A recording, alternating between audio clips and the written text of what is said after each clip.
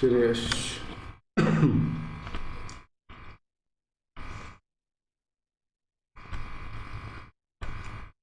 Screen दिखाई दे रही है अब?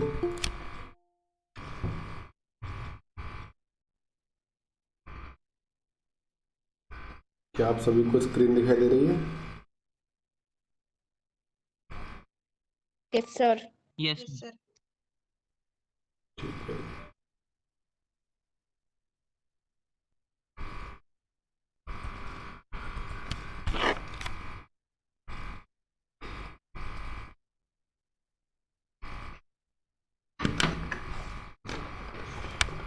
कल हमने क्वेश्चन 3 कर लिया था शायद, ये वाला क्वेश्चन हुआ था कल कि नहीं हुआ था?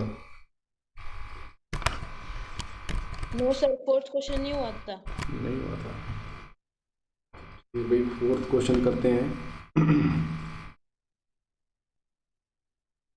भाई फोर्थ क्वेश्चन में क्या कह रहा है आप समझाओ, रेहान क्या कह रहे हैं?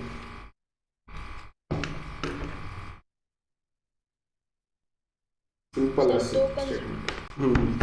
दो पॉजिटिव इंटीजर्स है और उनका सम ऑफ स्क्वायर 365 है। सम ऑफ स्क्वायर इज 365। ओके, तो मुझे वो इंटीजर्स क्या मानने चाहिए, कैसे करेंगे इसको जरा समझाइए।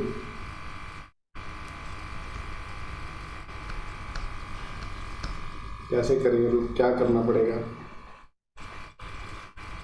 फिर x और x plus 1। Let the first integer be x मान लेंगे, देन द नेक्स्ट इंटीजर भी क्या हो जाएगा? अगर x माना x plus 1 हो जाएगा। तो इसने देखिए यहाँ पे क्या बोला हुआ है, इसने यहाँ पे ये वाली स्टेटमेंट जो है यही बस मेन है। सम ऑफ हुज स्क्वायर इज 365। ठीक है, सम ऑफ स्क्वायर्स बताना है इसका। तो युविष्का आपको आवाज आ रही है? युविष्का आवाज आ रही है आपको? Yes sir. हाँ तो बेटा क्या है कि बताइए। क्वेश्चन में कह रहा है सम ऑफ हुज स्क्वायर इज 365, तो ये कैसे इक्वेशन बनेगी यहाँ पे, जल्दी बताओ।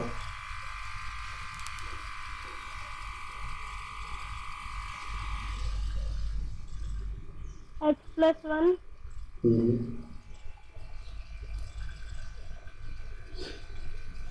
x plus 1 is equal to 365।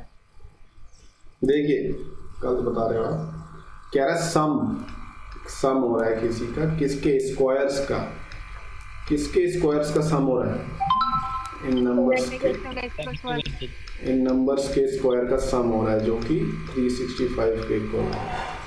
ठीक है, तो बहुत बेसिक सवाल था ये, इसको आप समझिए, इसकी स्टेटमेंट क्या कह रही है। इसको याद नहीं करना है आप लोगों को कि याद करेंगे, ठीक है, याद नहीं करना है इसको। ठीक है, ये देखिए सिंपल एक्स स्क्वायर हो जाएगा और ये एक्स प्लस 1 का जो होल स्क्वायर है इसको एक्सपेंड करेंगे तो क्या आएगा बताइए। तो जब एक्सपेंड करेंगे तो क्या आएगा? ठीक है, simple x square plus 2x plus 1 equals to 365। अब देखिए बस थोड़ा सा मैनिपुलेशन करना है और ये देखिए x square plus x square कितना हो जाएगा? 2x स्क्वायर हो जाएगा। 2x से कोई लाइक टर्म है नहीं, ये देखिए प्लस 1 है, यहाँ पे हम माइनस 365 कर देंगे, राइट हैंड साइड बचेगा 0। तो ये देखिए आपके पास एक क्या आ गई बताइए, क्या चीज़ आई है, कैसी इक्वेशन है? क्वाड्रेटिक इक्वेशन है। ठीक है, देखिए यहाँ पे जितने भी कोफिशिएंट्स आपको दिख रहे हैं और कांस्टेंट दिखेंगे, सारी की सारी इवन नंबर है, राइट, सारी की सारी इवन नंबर है। तो कुछ कर सकते हैं यहाँ पे, डिविजिबल बाय 2, दोनों साइड्स को 2 से डिवाइड कर देंगे। ठीक है, we will divide both sides by 2। ठीक है, तो ये देखिए हो जाएगा 2x स्क्वायर अपॉन 2, ये हो जाएगा 2x अपॉन 2, ये हो जाएगा 364 अपॉन 2, और 0.2 कितना होता है? 0.2 0 ही होगा। ठीक है, ध्यान दीजिए कई बच्चे 0.2 को 2/0 से कंफ्यूज करते हैं। ठीक है, 0/2 जो होता है 0 होता है और 2/0 क्या होगा? वेरी गुड, क्या होगा ये 2/0? अनडिफाइंड 2/0 होता है अनडिफाइंड। कितनी बार बता चुका हूँ मैं इसको, ठीक है। डिविजिबिलिटी बाय 0 डिफाइंड नहीं है मैथमेटिक्स में, इसलिए उसको अनडिफाइंड कह देते हैं, ठीक है। याद रखिए इस बात को। तो 2 से 2 कैंसिल, 2 से 2 कैंसिल। 364 को अगर 2 डिवाइड करेगा तो क्या नंबर आएगा? 82 82 182 2 on the 2, 2 8 the 16, 2 2 the 4, 182। तो ये देखिए आपके सामने एक थोड़ी सी सिंप्लीफाइड आ गई क्वाड्रेटिक इक्वेशन। तो देखिए इसको हम क्वाड्रेटिक फॉर्मूला से भी कह सकते हैं, स्प्लिटिंग द मिडिल टर्म से भी कह सकते हैं, ठीक है। तो 182 के हमें फैक्टर्स करने पड़ेंगे, तो पहले यही कर लेते हैं स्प्लिटिंग द मिडिल टर्म से। तो 2 9 सा 1 सा, और ये किसकी टेबल में आता है? 91। किसकी टेबल में आता है 91? 13 वेरी गुड। कितने टाइम्स पे आता है? 7 टाइम 13 7 था 91, तो 7 होता 7। तो देखिए अब हमें यहाँ पे फैक्टर्स को ऐसे अरेंज करना है कि यहाँ पे जो देखिए इसका कोफिशिएंट है +1 वो आ जाए। ऐसा कोफिशिएंट है ना +1, तो ये आ जाए। तो कैसे अरेंज करेंगे इसको? 14x minus 13x देखिए ये 7 और 2 मिलके मल्टीप्लाई होके 14 हो जाएगा, और 14 माइनस 13 कितना होता है? 1 1 +1 आ जाता है। तो हम डायरेक्टली इसको ऐसे लिख सकते हैं, देखिए x square equals to 14 minus 13 x minus 182 equals to 0। अब ये देखिए बस यहाँ से सवाल थोड़ा आसान हो जाएगा आपका।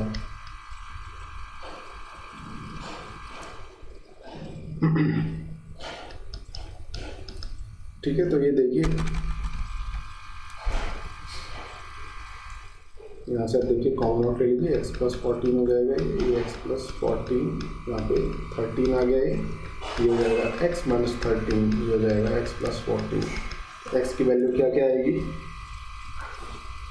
13 और -13 x की वैल्यू देखिए दो आ रही है, एक 13 हो सकती है प्लस का, और x की वैल्यू -14 हो सकती है।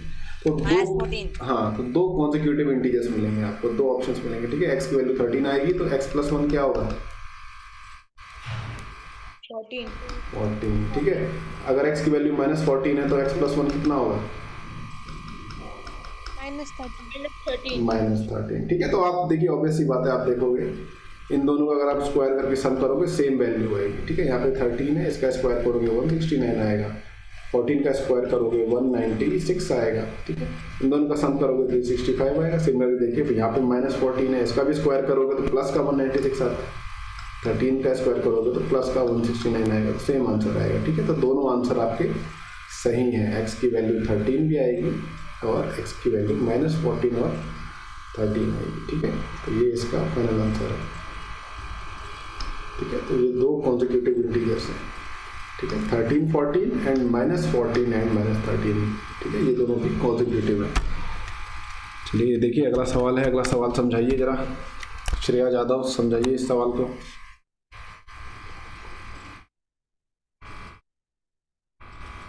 सर एक ट्रायंगल का जो एल्टीट्यूड है वो 7 सेंटीमीटर उसके बेस से छोटा है, और उसकी जो हाइपोटेनियस है वो 13 सेंटीमीटर है। तो हमें उस ट्रायंगल के दो साइड जो बचे हैं वो फाइंड करने हैं। अच्छा, तो altitude of a right triangle is 7 centimetre less than its base, then the hypotenuse is. ये राइट एंगल ट्रायंगल क्या चीज होती है? Sir 90 degree. क्या 90 degree? One angle 90 degree.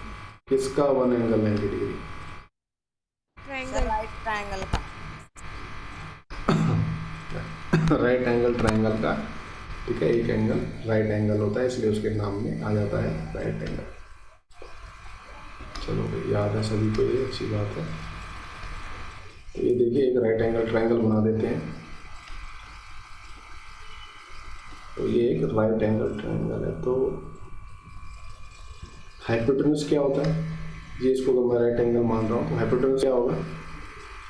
Sir वो जो स्लैंट है लाइन है वो ठीक है, हाँ। तो 90 डिग्री के देखिए जो भी अपोजिट वाली साइड होती है वो क्या होती है?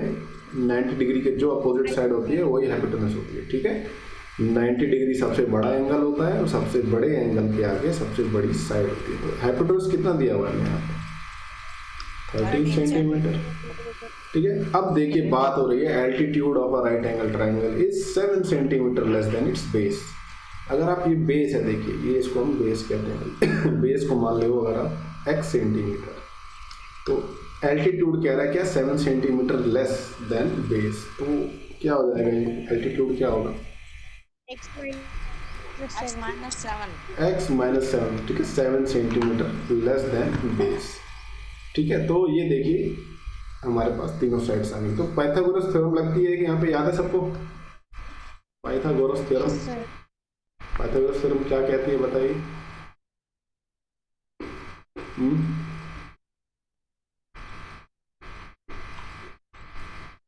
क्या होती है बताओ ना।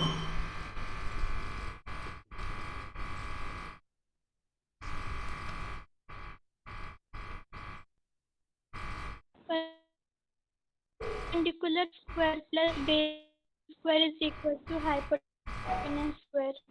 Very good. ठीक है, और कोई अपनी लैंग्वेज में बताना चाहेगा? श्वेता ने बताया, बढ़िया ठीक बताया। और कोई मनप्रीत बताओ।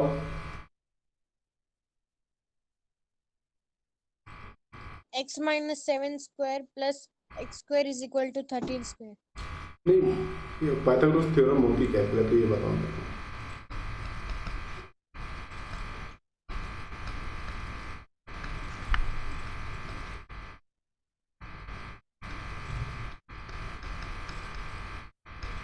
Sir base square plus b square is equal hypotenuse square. ठीक है, वेरी गुड।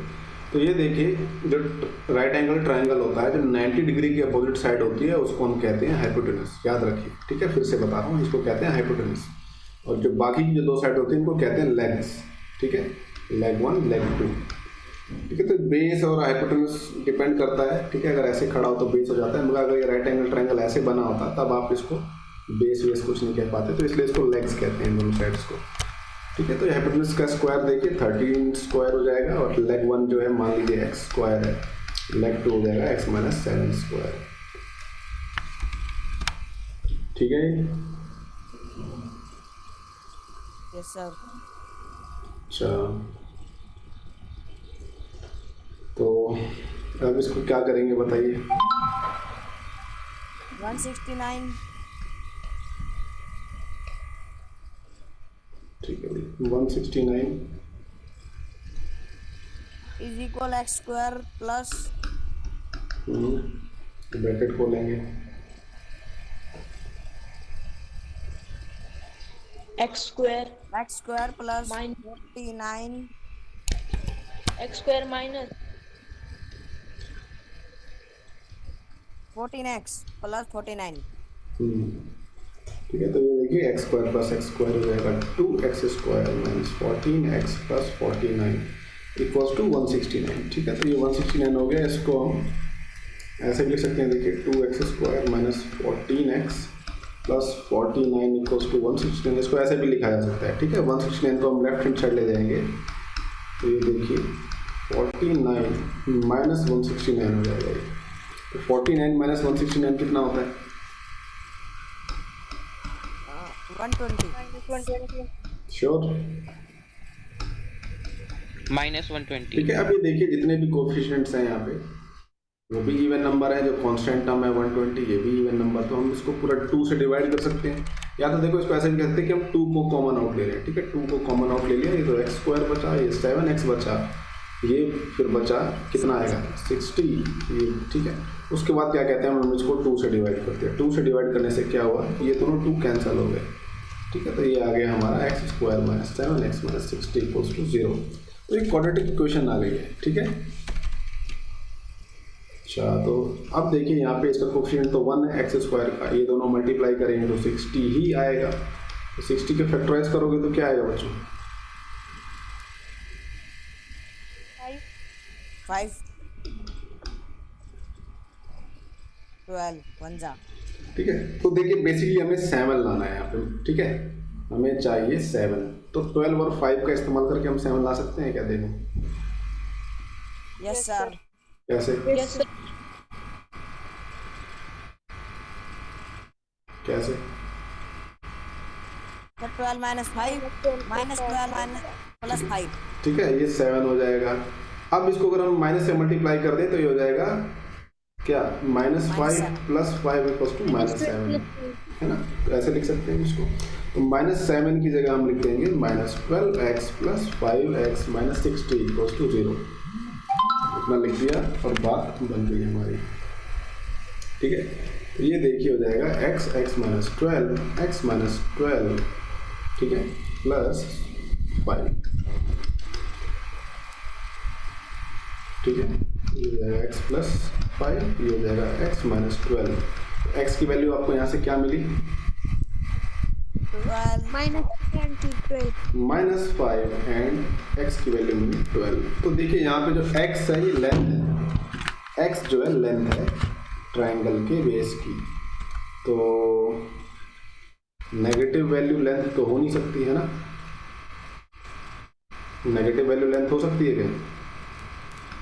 तो इसको हम कंसीडर नहीं करेंगे, तो हम इसको इस वाली साइड को कंसीडर करेंगे। ठीक है, तो ये 12 हो गया। तो ये आ गई 12 सेंटीमीटर। ये अगर 12 सेंटीमीटर आई है तो ये वाली साइड कितनी आ जाएगी? 5।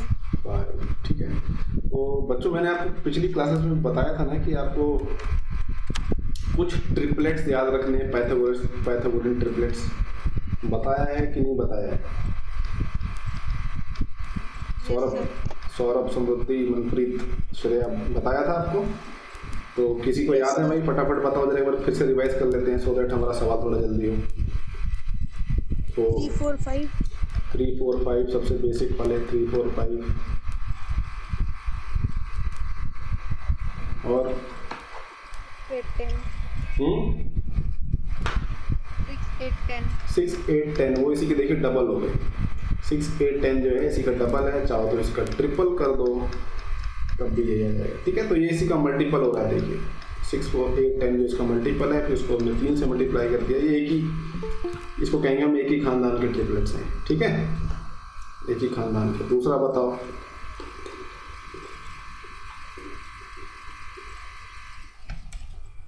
अरे 15 17 एक आपको मिल गया ना, देखो यहाँ पे 5 12 13।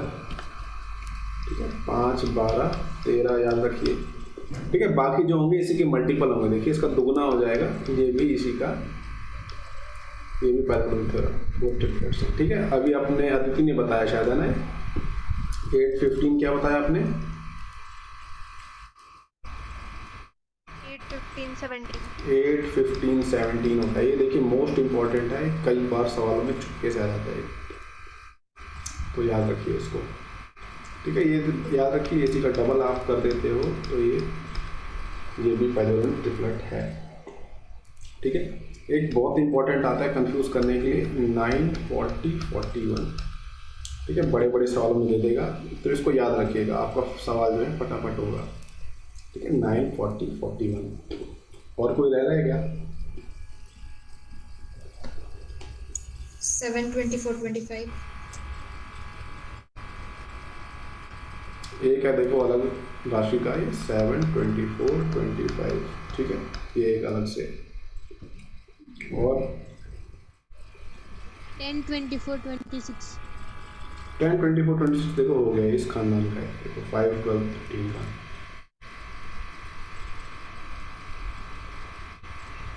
चलिए इसकी प्रैक्टिस 9 40 41 बता दिया ना ये। इसको देखो एक कागज पे लिख के दीवार पे लिख लो और इसको हमेशा के लिए याद हो जाएंगे आपको। ठीक है, 12th तक तो आपको इसको देखने की जरूरत नहीं पड़ेगी, आप अपने आप आंसर निकाल दोगे इसके। ठीक है, अभी देखिए कॉटेज इंडस्ट्री है, प्रोड्यूस करती है पोल्ट्री आर्टिकल्स, यानी जो घड़े वड़े होते हैं ऐसे। It was observed that on a particular day, the cost of production of each article was 3 more than twice the number of articles produced on that day. The total cost of production on that day was 90. तो इसका कोई मतलब समझाएगा कोई सामान्य भाषा में, समान भाषा में बताओ तो एक बार कि क्या कह रहे हैं।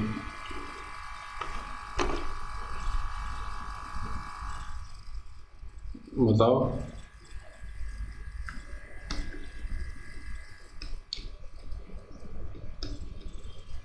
बताइए बताइए, कोशिश करिए। देखिए बड़ा सवाल है, मगर एक ऐसे सवाल आप एक्सपेक्ट कर सकते हो कि 20 नंबर के ऐसे सवाल आ जाएंगे पेपर में, ठीक है ना। कई सारे अलग अलग सवाल आएंगे, एक ही सवाल पे कई सारे क्वेश्चन बन के आएंगे। तो जल्दी से बताइए क्या कह रहा है सवाल।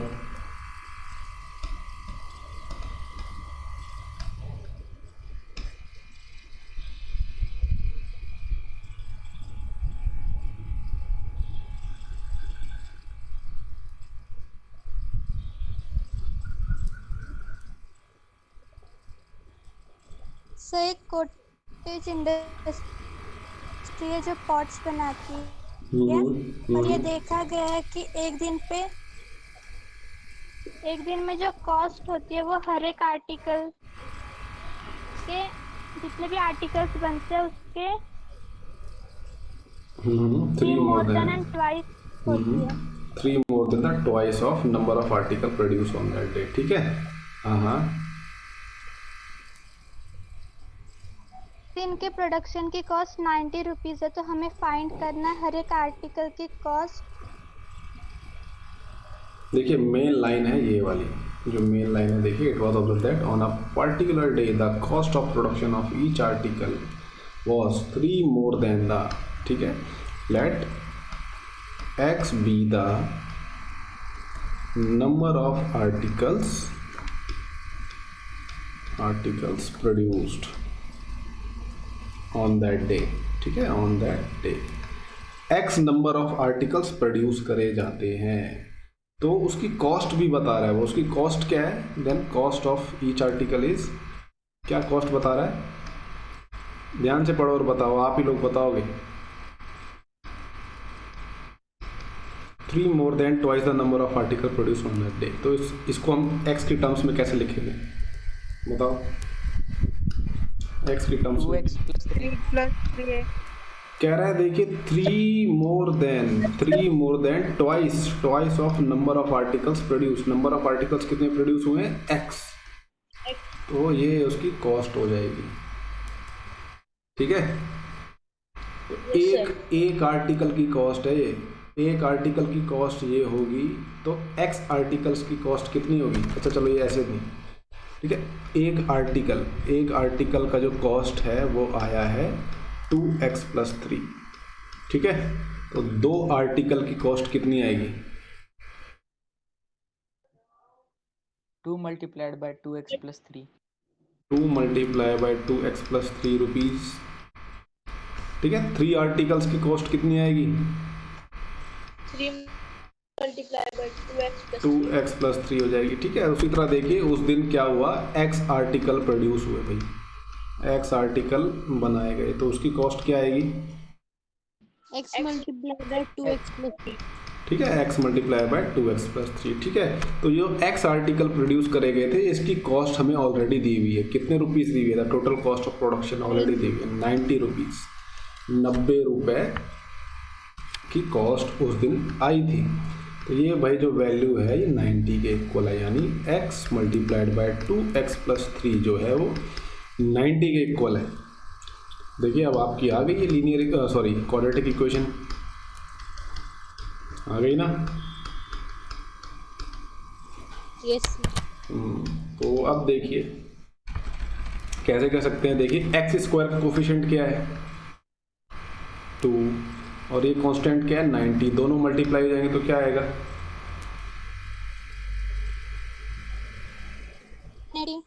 180 आएगा। अब 180 को ऐसे फैक्टराइज करना है सच दैट अगर उसके फैक्टर्स का मैं सम या डिफरेंस लूँ तो 3 आए, ठीक है। तो इसको कैसे करें, इसको 3 6 18 3 20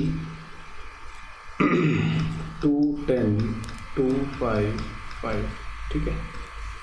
तो ये देखिए इसके फैक्टर्स आ गए, तो इनको कैसे हम लें कि यहाँ पे +3 आए, 3 3 9, अच्छा नहीं 5 2 10 20 नहीं, कैसे होगा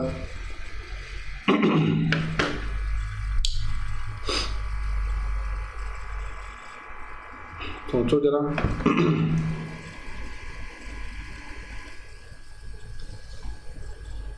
हिंट दे दिया मैंने, बताओ अब।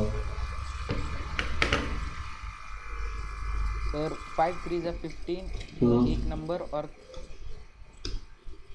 3 2 जा 6 मल्टीप्लाइड बाय 2 12 दूसरा नंबर। ठीक है 15 और 12 लेंगे भाई। 15 में से अगर आप 12 माइनस करते हो तो 3 आता है, इतना हमें पता लग गया है। तो ये हो गया 15x माइनस 12x जो है वो 3x आता है, इतना पता है आपको। तो बस अब आपको क्या करना है, कॉमन फैक्टर लेने हैं। तो पहली दो टर्म्स में आपको क्या कॉमन फैक्टर दिखाई दे रहा है? x दिखाई दे रहा है। तो अंदर बचेगा 2x प्लस 15। अच्छा यहाँ पे देखिए जो लास्ट की दो टर्म्स है इसमें कोई कॉमन फैक्टर दिखाई दे रहा है आपको?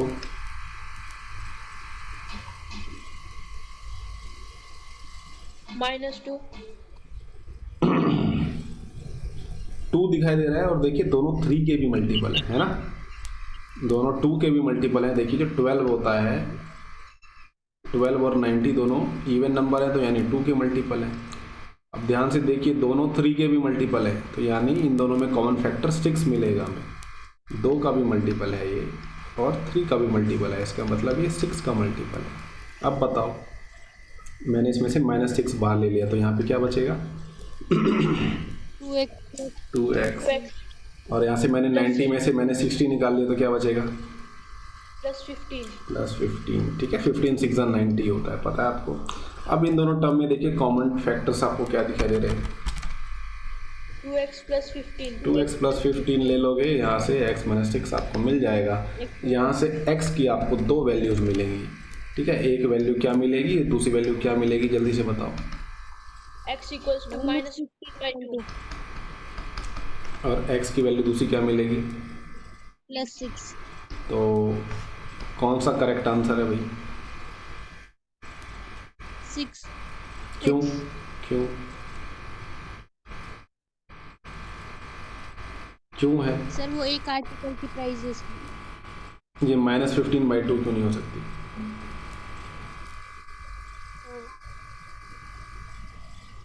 x को हमने माना था नंबर ऑफ आर्टिकल्स प्रोड्यूस्ड, है ना। तो नंबर ऑफ आर्टिकल्स प्रोड्यूस या तो कोई एक दिन में 1 बनाएगा, 2 बनाएगा, 3 बनाएगा, ऐसे होता है ना। माइनस में थोड़ी कोई होता है ना, ऑब्वियस सी बात है। माइनस में तो हो नहीं सकता, कॉमन सेंस है। तो ये हमारा आंसर होगा। तो भाई 6 आइटम्स वर प्रोड्यूस्ड, ठीक है, वर प्रोड्यूस्ड एंड उसकी हर एक की कॉस्ट क्या आएगी? हर एक की कॉस्ट क्या आएगी?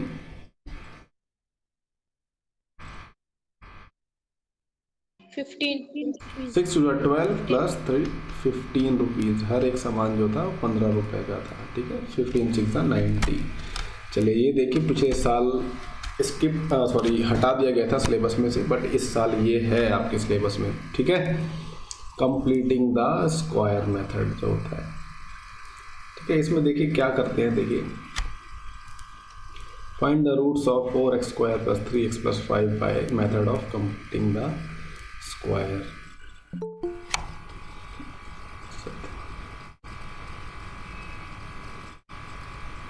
आदित्य आवाज आ रही है आपको? आदित्य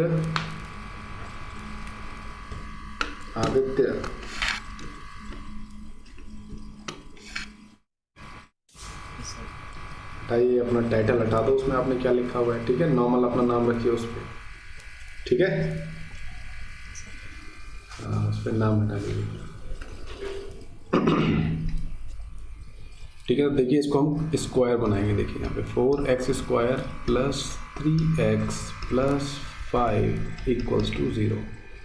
ठीक है तो देखिए कंप्लीटिंग द स्क्वायर मेथड जो है ना, इसी से क्वाड्रेटिक फॉर्मूला ही आया है। ठीक है तो ये उसकी पहली सीढ़ी है आपको सिखाने के लिए।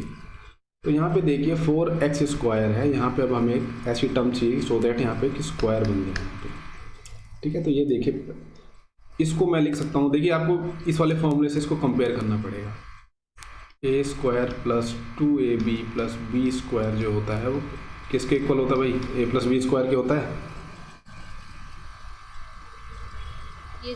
ठीक है तो Yes, sir.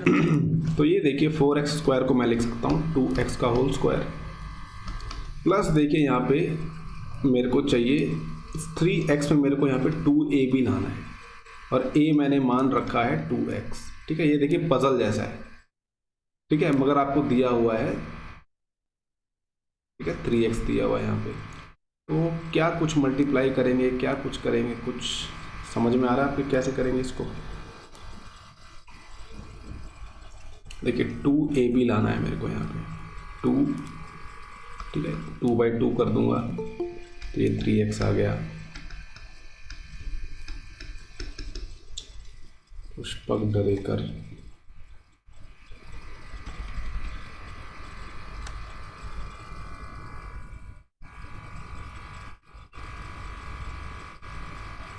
पुष्पक डरेकर, आवाज आ रही है आपको?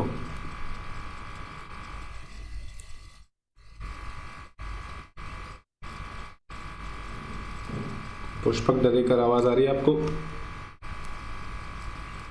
चला गया है तो डर के मारे। चलो भाई, तो यहाँ पे देखिए 2ab बनाना है हमें, 2x² हो गया, ये 2 अलग हो गया, यहाँ पे हमें ये 2 नीचे लिखा हुआ है, तो यहाँ पे देखिए हमें 2x चाहिए होगा तो एक और 2 से मल्टीप्लाई कर देंगे और ये 3 जो है अलग कर देंगे। इस चीज़ को देखो, ध्यान से ऑब्जर्व करो और इस चीज़ को देखो जो ये टर्म मैंने यहाँ पे लिखी है, यहाँ से यहाँ कैसे आए, किसी को कोई डाउट है तो बताओ। 3x से मैं यहाँ पे कैसे आया, इससे किसी को डाउट है तो जल्दी बताओ, फिर बताता हूँ। एक और बार एक्सप्लेन करो ना। देखो ये ऑब्वियस सी बात है, मुश्किल चीज़ है।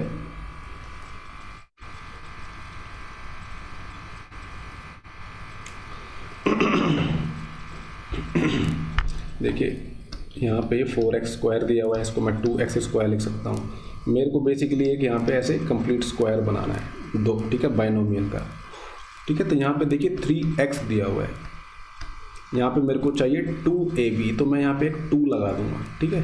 अब 2 लगाया है तो आपको 2 डिवाइड भी करना पड़ेगा आपको, ठीक है, ठीक है। तो इतना कर दिया। अब देखिए पहला जो यहाँ पे जो टर्म थी 2x² है, तो मेरे को यहाँ पे 2x भी चाहिए, ठीक है। तो यहाँ पे देखिए x हमें ऑलरेडी दिया हुआ है, तो हमें एक और 2 मल्टीप्लाई करना पड़ेगा और नीचे भी डिवाइड करना पड़ेगा, तो यहाँ पे हमें मिल जाएगा 2x, ठीक है। तो ये 2 multiply bye 3 multiply by 2x हो जाएगा और डिनोमिनेटर में आ जाएगा 4 हमारे पास। इसको अगर आप सिंप्लीफाई करोगे, ठीक है, इसको अगर आप सिंप्लीफाई करोगे तो वापस से यही 3x आ जाएगा, ठीक है। 2 से देखिए 2 से देखिए 4 कटेगा, 2 आ जाएगा, 2 से 2 कट जाएगा तो सिर्फ 3 और x बचेंगे, ठीक है। तो यहाँ पे देखिए अब मैं इसको थोड़ा अलग से लिखता हूँ, यहाँ पे ये हो जाएगा देखिए 2x का whole square 2 multiply by 2x multiply by 3/4 plus 5 equals to 0। तो यहाँ पे इसको इस फॉर्मूले से कंपेयर करके देखो आप, a² plus 2ab plus b², ठीक है। यहाँ पे एक चीज़ की कमी लग रही है, किसकी कमी लग रही है आपको?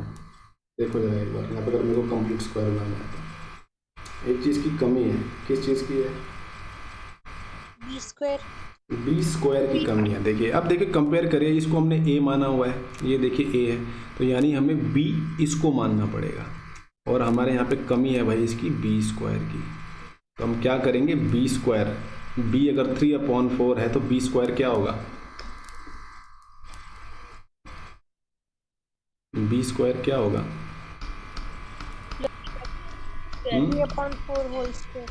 3/4 चलो होल स्क्वायर, ठीक है। तो हम क्या करेंगे, दोनों साइड ऐड कर देंगे, 3/4 स्क्वायर ऐड कर दिया, दोनों साइड जो चीज़ आप लेफ्ट साइड ऐड करोगे वही चीज़ आपको राइट हैंड साइड भी ऐड करनी पड़ेगी। ये इक्वेशन बैलेंस करने के लिए हम करते हैं, ये आपको क्लास 7th में सिखा दिया गया था, याद करिए, ठीक है। तो अब देखिए इसको कंपेयर करिए, ये हो गया a², ये हो गया 2ab प्लस ये b² हो गया, ठीक है, ये 5 हो गया, ठीक है, सॉरी 5 नहीं लिखना हमें। तो ये देखिए किसके इक्वल होता है, a प्लस b के होल स्क्वायर के इक्वल होता है। तो आप डायरेक्टली अब यहाँ पे लिख सकते हो इसको 2x प्लस 3/4 होल स्क्वायर, इस पूरे पोर्शन को आप डायरेक्टली इतना ही लिख सकते हो, a प्लस b के होल स्क्वायर में लिख सकते हो, और ये बचा आपके पास 5 और ये हो गया 3/4 के इक्वल। ठीक है, 3/4 का भाई स्क्वायर बता दो क्या होता है।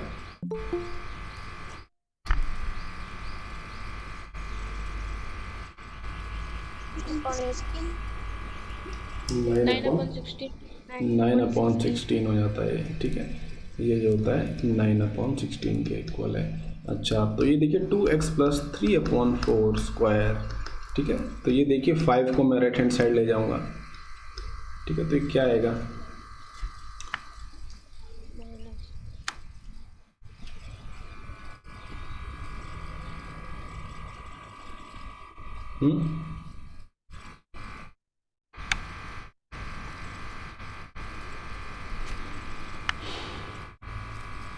क्या आएगा 9/16 - 5 क्या आएगा बेटा बताओ। -71/16। -71/16। ठीक है, ये आ गया 2x + 3/4 स्क्वायर। ठीक है, तो ये देखिए जब आप दोनों साइड स्क्वायर रूट लोगे तो ये आ जाएगा 2x + 3/4, ये प्लस माइनस आ जाएगा √71/16। तो यहाँ से देखिए आपको 2 रूट मिलेंगे। ये देखिए थोड़ा लेंदी होता है, इसलिए पिछले साल जो है इसको हटा दिया गया था, क्योंकि ये टाइम वेस्ट प्रोसीजर होता है पूरा। ठीक है, तो ये 2x हो जाएगा -3/4 प्लस माइनस 16 का देखिए स्क्वायर रूट निकाल सकते हो आप बाहर, तो ये आ जाएगा 1/4, ब्रैकेट के अंदर 71 को छोड़ देंगे। ठीक है, तो इसको लिख सकते हैं ऐसे -3 प्लस माइनस 71/4। उसके बाद देखिए दोनों साइड्स को 2 से डिवाइड कर दोगे तो ये आंसर आ जाएगा -3 प्लस माइनस -71 है इधर। बच्चों स्क्वायर रूट के अंदर अगर कोई नेगेटिव टर्म आ जाती है तो क्या हो जाता है,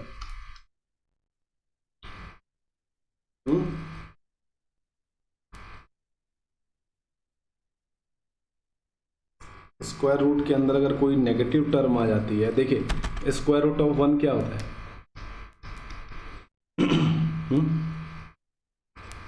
1 होता है। स्क्वायर रूट ऑफ 4 कितना होता है,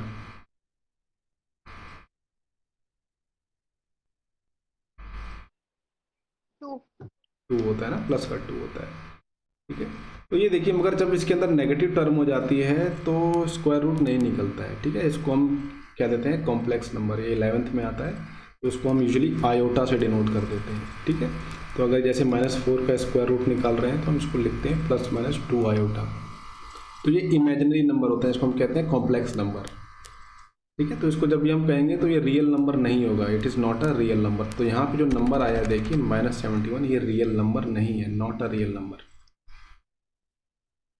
ये रियल नंबर नहीं है। ठीक है, याद रखिएगा इस बात को। स्क्वायर रूट के अंदर अगर नेगेटिव टर्म आ जाती है तो वो रियल नंबर नहीं होता, वो कॉम्प्लेक्स नंबर बन जाता है। समझ में आई बात, क्या बन जाता है, ये कॉम्प्लेक्स नंबर बन जाता है। ठीक है, तो रियल नंबर में ही रहना है हमें क्लास 10th के अंदर। तो जब भी ऐसे आ जाए तो आप बोल दोगे नो रियल रूट्स। तो ये देखिए जो रूट आया है इसके 2 रूट आए हैं, -3 प्लस -71/8, और दूसरा रूट आया है इसका x = -3 - 17/8। ठीक है, तो मगर ये कॉम्प्लेक्स रूट आए हैं, रियल रूट्स नहीं है ये। तो ये देखिए था। अब देखिए ये जो कंप्लीटिंग द स्क्वायर मेथड है ना, जो अभी हमने देखा है, इसी से आपका ये क्वाड्रेटिक फॉर्मूला आता है। ठीक है, तो इसको आप डायरेक्टली कर सकते हो।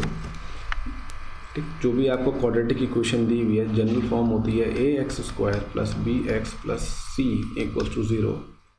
इसके आप डायरेक्टली रूट निकाल सकते हो इस फॉर्मूले से, direct -b + -b² - 4ac/2a। Direct आप इससे आंसर निकाल सकते हो, बस a b c की वैल्यू पुट करनी होती है हमें इस फॉर्मूले में। तो आपको 2 रूट मिलते हैं। तो एक बार देखिए पहले रूट में प्लस आता है, दूसरे रूट में माइनस आता है। इन दोनों को कंबाइन करके लिखने के लिए इसने बस प्लस माइनस लिख दिया है। इन रियलिटी देखिए रूट्स ऐसे आते हैं, इसको ऐसे लिखा जाता है x = -b + b² - 4ac/2a। दूसरे रूट को लिखा जाता है -b - b² 4ac/2a। तो कंबाइन करने के लिए यहाँ पे प्लस माइनस ऐसे लिख देते हैं बीच में। यहाँ पे समझ में आई बात। Yes sir. इस पोर्शन को देखिए, जो यहाँ पे एक्सप्रेशन है इसको कहते हैं डिस्क्रिमिनेंट। क्या कहते हैं इसको, डिस्क्रिमिनेंट, ये बहुत इंपॉर्टेंट होता है, याद रख लीजिए इसको डी से डिनोट कर देते हैं। ये होता है B square minus 4ac।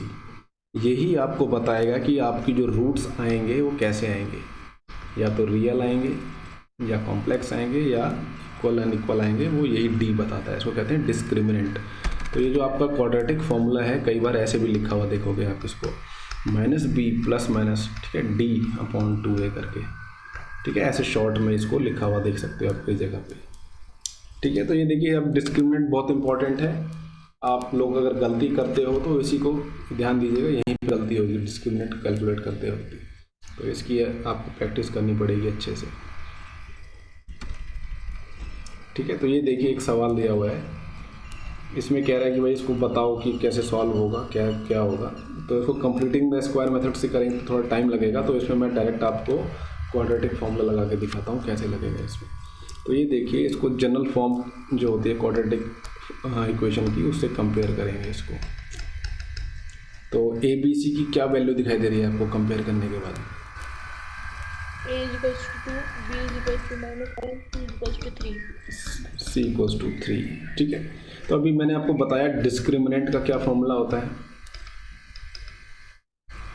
D b minus b b square minus 4ac, ठीक है। तो देखिए b square minus 4ac, b की वैल्यू है -7, यानी -7 को आपको स्क्वायर करना पड़ेगा। और 4 ए की वैल्यू क्या है? 2। सी की वैल्यू क्या है? 3, ठीक है। तो ये देखिए हो जाएगा, -7 का स्क्वायर क्या आएगा? 49. इन तीनों को मल्टीप्लाई कर देंगे तो क्या आएगा? -24. -24, ठीक है। 49 माइनस 24 कितना होता है?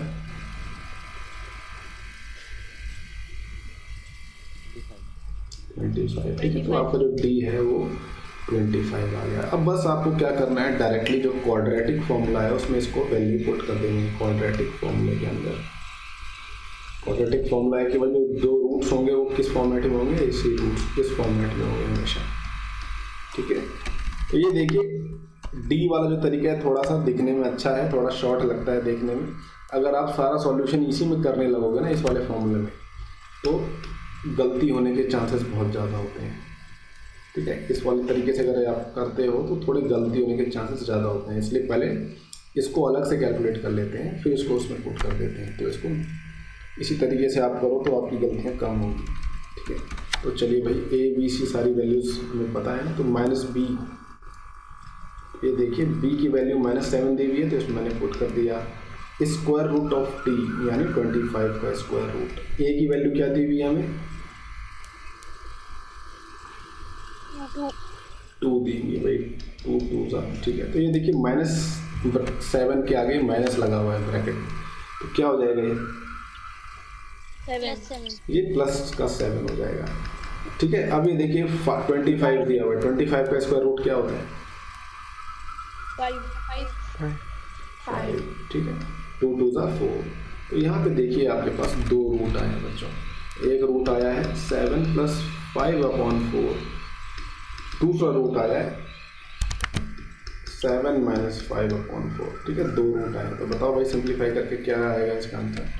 एक्स की वैल्यू क्या आई है?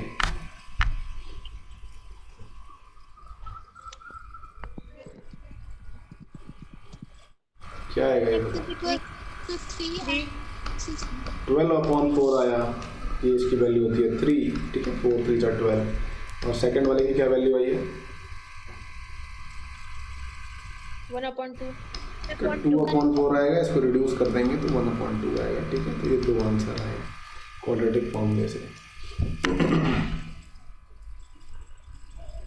ठीक है। तो ये देखिए आप इसको सॉल्व करके देखिएगा। पहले आप डिस्क्रिमिनेंट आपको निकालना है, ठीक है, बी स्क्वायर माइनस 4ac, ठीक है। तो चलो बताओ जरा भाई, इसमें ए क्या है? अब डायरेक्टली आपसे पूछ रहा हूँ मैं, ठीक है। ए क्या है, बी क्या है, सी क्या है? Sir, A is equals to 4, B is equals to 4√3, सी क्या है? to 3. सी जो है आपका 3 है, ठीक है। तो आप B square minus 4ac direct कर लोगे, ये हो जाएगा 4√3 स्क्वायर -4 a जो है 4, c है जो है 3 है। तो भाई 4√3 आपको कल मैंने बताया था उस दिन, 4√3 का मतलब होता है 4 मल्टीप्लाई बाय √3। तो इसका जब आप स्क्वायर करोगे तो क्या हो जाएगा 4√3 का स्क्वायर 12। 4 का स्क्वायर और ये 3 का स्क्वायर, सॉरी √3 का स्क्वायर 3 आता है। तो क्या आएगा इसका आंसर?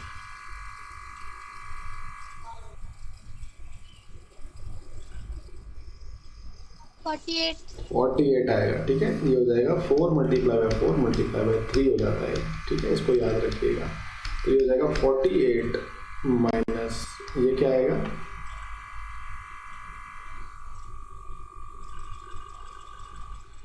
48। ये भी 48 ही आएगा। ठीक है, तो ये डिस्क्रिमिनेंट आया है 0। ठीक है, तो जब डिस्क्रिमिनेंट 0 आएगा तो आप देखिए इस फॉर्मूले में आप इसको रखिए। ठीक है, क्या फॉर्मूला था? क्वाड्रेटिक फॉर्मूला बताइए क्या था?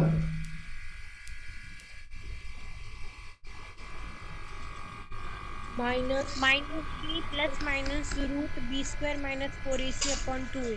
ठीक है, तो मैंने b² माइनस 4ac को डिस्क्रिमिनेंट की फॉर्म में लिखा हुआ है। ठीक है, 2। ठीक है, तो -b यानी -4√3 प्लस माइनस स्क्वायर रूट के अंदर 0 2a। तो भाई जब स्क्वायर रूट 0 क्या होता है? स्क्वायर रूट ऑफ 0 क्या होता है? 0 ही होता है, ऑब्वियसली बात है। तो ये 4√3 अपॉन 8 हो जाएगा। ठीक है, 4√3 अपॉन 8। ठीक है, 2 रूट्स आएंगे इसके, दोनों की वैल्यू क्या होगी -3/2 एंड -3/2। इसके भी 2 रूट्स आएंगे मगर इक्वल रूट्स आएंगे। ठीक है, दोनों रूट्स बराबर आएंगे। तो ऐसे आपको कॉपी में अच्छे से करना है। उसके बाद आपको नेचर ऑफ रूट्स पता लगेंगे। देखिए यहाँ पे देखिए डिस्क्रिमिनेंट क्या आया था पहले में सवाल में? 0। पहले जो अभी इससे पहले हमने सवाल किया था उसमें 25 देखिए 0 से बड़ा है ना? 0 से बड़ा है। तो इसके देखिए जो 2 रूट्स आए हैं, पहला रूट आया है 3 और दूसरा रूट आया है हाफ। तो ये रियल नंबर है कि कॉम्प्लेक्स नंबर है?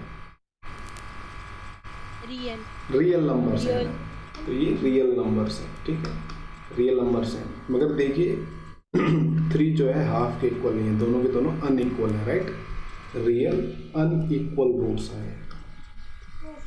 ठीक है, रियल नंबर आए मगर दोनों अलग अलग हैं। अब देखिए सेकंड क्वेश्चन में क्या होता है, डिस्क्रिमिनेंट 0 हो जाता है। ठीक है, जैसे 0 होता है तो देखिए क्या देखा आपने, सेम रूट है। क्या आया? Same root. तो जब d की वैल्यू 0 होती है तब आपके रूट्स जो आते हैं इक्वल आते हैं। ठीक है, 2 इक्वल रूट्स आते हैं। जब आपकी वैल्यू d की डिस्क्रिमिनेंट की लेस देन 0 होती है, जब d की वैल्यू लेस देन 0 होती है तो आपके रूट्स जो होते हैं वो कॉम्प्लेक्स नंबर की फॉर्मेट में आते हैं। तो हम लिख देते हैं नो रियल रूट्स करके लिख देते हैं और आंसर नहीं निकालते, क्योंकि अभी आप क्लास 10th में हो। ठीक है, तो d लेस देन 0 होते ही नो रियल रूट्स हो जाता है, याद रखिएगा। ठीक है, ऐसे ये सवाल है देखिए। ठीक है, तो ऐसे कर लीजिएगा इसको। a की वैल्यू 2 है, यहाँ पे b की वैल्यू क्या है, c की वैल्यू क्या है, जल्दी बताओ। b1 है और c क्या है? -4 है। ठीक है, तो आप पहले डिस्क्रिमिनेंट निकालो फटाफट। चलो आप ही बता दो डिस्क्रिमिनेंट क्या आएगा इसका। डिस्क्रिमिनेंट क्या आएगा?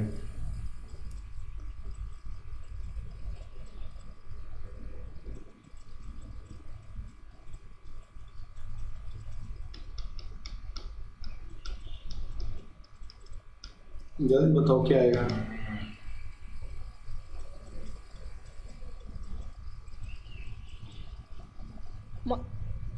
-31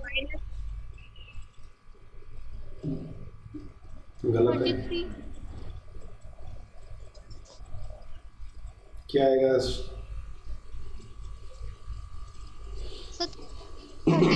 33 आएगा। ठीक है, d की वैल्यू 33 आएगी। तो 33 0 से बड़ा है,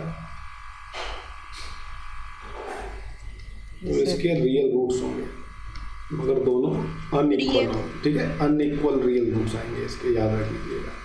ठीक है, अगर ये 0 के बराबर आता तो रियल रूट्स आते और इक्वल आते। तो ये अभी नेचर ऑफ रूट्स में हम आगे करेंगे।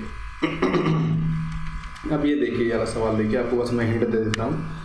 अब जो आपके सामने इक्वेशन लिखी हुई है देखिए ये वाली, ये क्वाड्रेटिक इक्वेशन है कि नहीं है? क्वाड्रेटिक इक्वेशन है क्या? हाँ सर। क्यों नहीं No, है? sir. क्यों नहीं है? सर स्क्वायर नहीं है, पावर 1 है। ठीक है, इसकी पावर 1 है, इसकी पावर -1 है। ठीक है, ये क्वाड्रेटिक इक्वेशन है ही नहीं, क्योंकि क्वाड्रेटिक इक्वेशन की स्टैंडर्ड फॉर्म होती है ये। ठीक है, ये दूर दूर तक इससे कहीं नहीं मिलती। ठीक है, दूर दूर तक कोई वो नहीं है इसका। मगर हम क्या कर सकते हैं, इसको देखिए कन्वर्ट कर सकते हैं क्वाड्रेटिक इक्वेशन में। यहाँ पे हमें दिया हुआ है x ≠ = 0। ठीक है, तो आप क्या करोगे भाई, सिंपल तरीका है, दोनों साइड्स को क्या करो, x से मल्टीप्लाई कर दो। ठीक है, दोनों साइड्स जो हैं x से मल्टीप्लाई कर दो, तो ये क्या आएगा बताओ? x²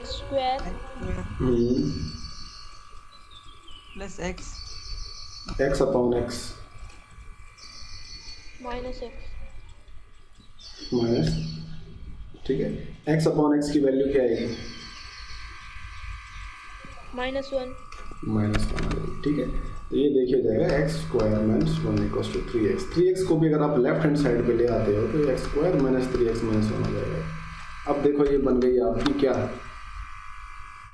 क्वाड्रेटिक इक्वेशन आ गई। देखिए घुमा फिरा के आ गई क्वाड्रेटिक इक्वेशन। तो इसको आप सॉल्व कर सकते हो। तो क्वाड्रेटिक फॉर्मूला यूज़ करते हुए आप इसको सॉल्व करिएगा। क्वाड्रेटिक फॉर्मूले में आप सबसे पहले डिस्क्रिमिनेंट निकालिए अलग से। ठीक है, इसकी आदत डाल लीजिए, तभी आपका सवाल थोड़ा जल्दी होगा। तो a की वैल्यू देखिए यहाँ पे क्या आई है, b की वैल्यू क्या आई है, c की वैल्यू क्या आई है, जल्दी बताओ।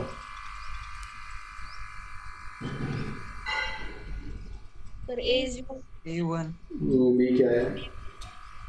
-3 -3। c क्या है? -1। ठीक है, तो b² - 4ac। ठीक है, तो 3 का -3 का स्क्वायर 9 होगा। ठीक है, ये 1 से मल्टीप्लाई हो रहा है, बट -1 भी है तो ये प्लस का 4 हो जाएगा। 9 + 4 हो जाएगा 13। 13 जो है 0 से बड़ा है, तो इसके रूट्स अनइक्वल होंगे बट रियल होंगे। तो डायरेक्टली, वेरी गुड, ये जाएगा -b ± √3/2a। तो डायरेक्टली इसकी वैल्यू पुट कर देते हैं, -3 ± √13/2a। a की वैल्यू है 1, तो आपके पास 2 रूट आ गए। पहला रूट आया है ये, ठीक है, दूसरा रूट आया है ये। ठीक है, तो इसके 2 रूट्स आ गए। ठीक है, ध्यान रखिएगा, अगर स्क्वायर रूट के अंदर कोई नेगेटिव नंबर आ जाए तो क्या होता है,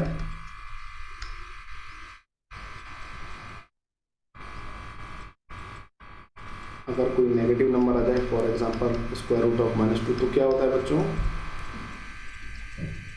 एक कॉम्प्लेक्स नंबर आ जाता है, कॉम्प्लेक्स नंबर। ठीक है, ये रियल नहीं है। ठीक है, not a real number, not a real number, ध्यान रखिएगा। ठीक है, तो ये देखिए सवाल जो है इसमें करिए। ठीक है, यहाँ पे आपको क्या करना होगा, एलसीएम लेना होगा, ये भी कन्वर्ट हो जाएगा। तो इसको करके देखिएगा इन सब सवालों को। ठीक है, चलिए नेक्स्ट क्लास में करेंगे ये बाकी सवालों को। ठीक है, अभी जिन बच्चों की अटेंडेंस 10th B वालों की नहीं हुई है, 10th B वालों की, वो अपने नाम बताओ।